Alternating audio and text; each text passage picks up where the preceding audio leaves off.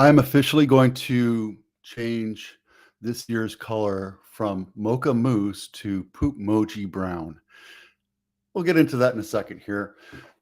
First thing I want to talk about is the real estate trends to watch in 2025. As you know, my real estate muse is real estate appraiser Ryan Lundquist in Sacramento, and I follow him diligently because he gives me some great ideas and great thoughts, and he has a blog's linked in my blog as well as everything else. He's a great guy to watch because you get to see what's going on, not just in our myopic view of Silicon Valley, but what's going on in Sacramento area, but also California and the complete US.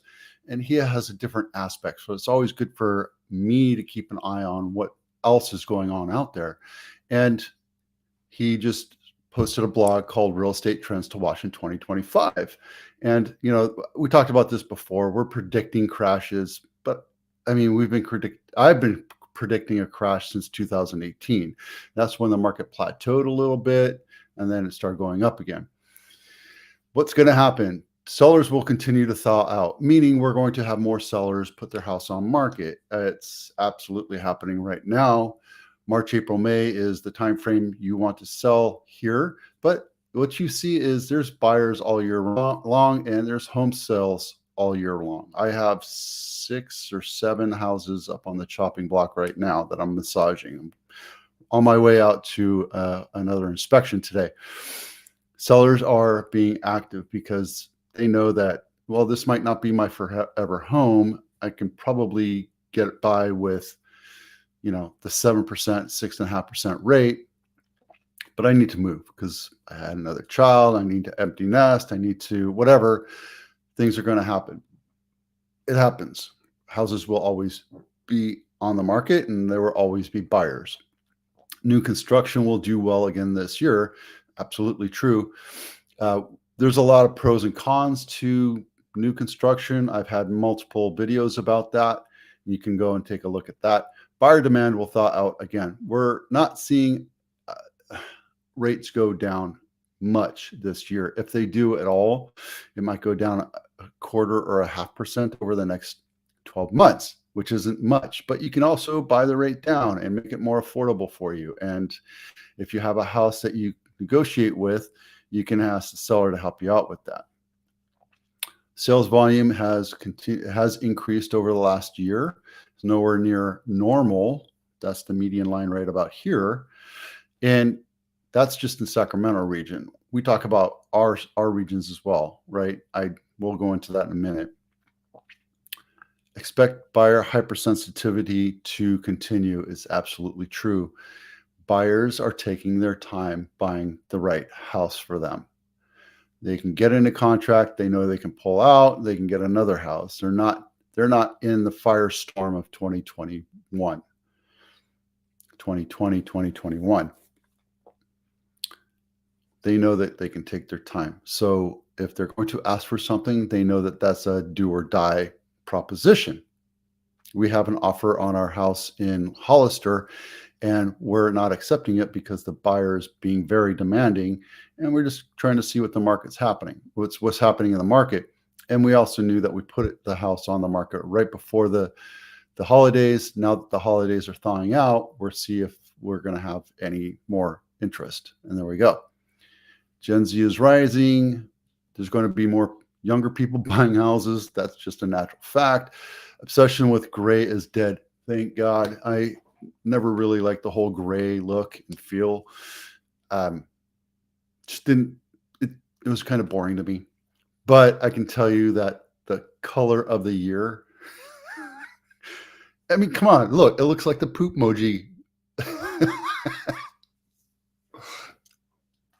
So just a real quick pop-up. What is Mocha Mousse? The first ever shade of brown chosen as Pantone's color of the year. Well, guys, I don't want to see a lot of brown houses. When I bought my house here, it was brown. It was gross and brown, so I painted it beige, which is I'm still not happy with it. I'm going to paint it grayish or maybe a green. I don't know, but I'm definitely not going brown.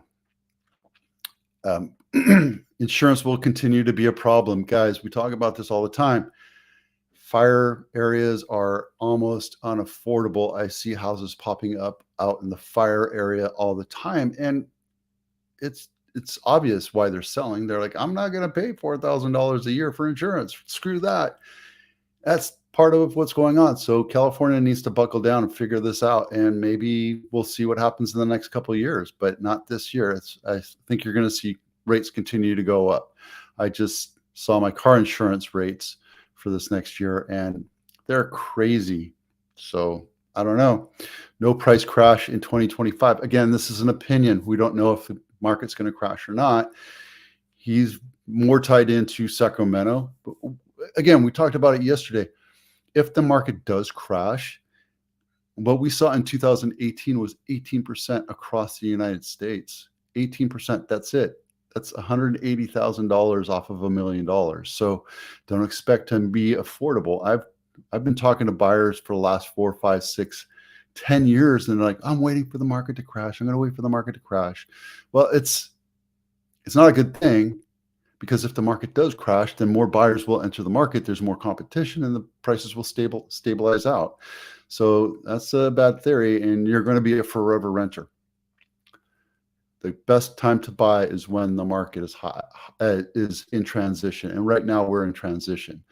So this is Sacramento, price change, Sacramento. This is last year, 2024. Sacramento saw a big push. El Dorado saw a big push. We're seeing the same things in the 12 Bay Area counties. We talked about that yesterday. And let's see what, not all states will be the same. So yeah, we're in microeconomies here. Santa Clara County is much different than San Mateo and Hollis and San Benito and Santa Cruz. So if you choose an area, make sure you understand the pluses and minuses of every area. More appraisal stuff that you don't really need to worry about. Realizing we're in this for longer. I'd say take a few minutes and read this and see if there's any information. Again, you can get the link to this blog in my blog, and the blog is linked in the description below. Okay.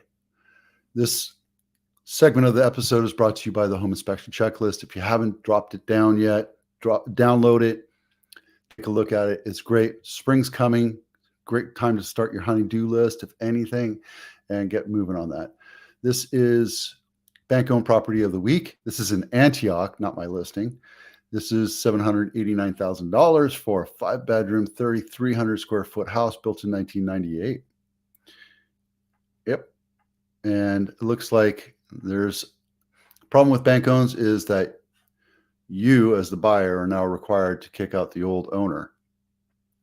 Banks aren't going to do that for you. So they're just going to transfer the property. You're buying it sight unseen. And if you buy it, great. If not, well, there's going to be somebody else that will buy it, and then they'll take care of it. So how many days on market? 45 days on market. You might be able to negotiate a little bit. There's a few different tactics that we use to make sure you get a good buy. But this overall, 5 bedrooms, 3,300 square feet, that's unheard of. If you don't mind driving a little bit, let's go take a look. This is Apple Home of the Week. Homes near Apple. Yep, homes near Apple. This is Ritchie Way, $1.4 million for a 2-bedroom, 2.5-bath townhouse. Again, not my listing, 1,400 square feet. So if you don't mind being attached and you have a $365 a month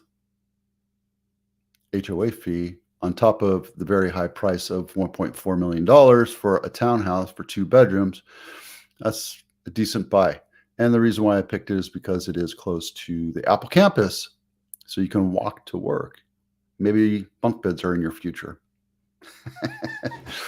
Okay, Mountain View Home of the Week. And the reason why I picked it is it's not super perfectly close to downtown, which is right here, Castro Street. But this is a nice newer house. It's 3 bedrooms, 2.5 bath, 1,400 square feet, built in 1998, and it is detached. Is there an HOA? Yep, there's an HOA, $189. Doesn't make sense to me, but it is what it is. I want to look at this one right here. There you go.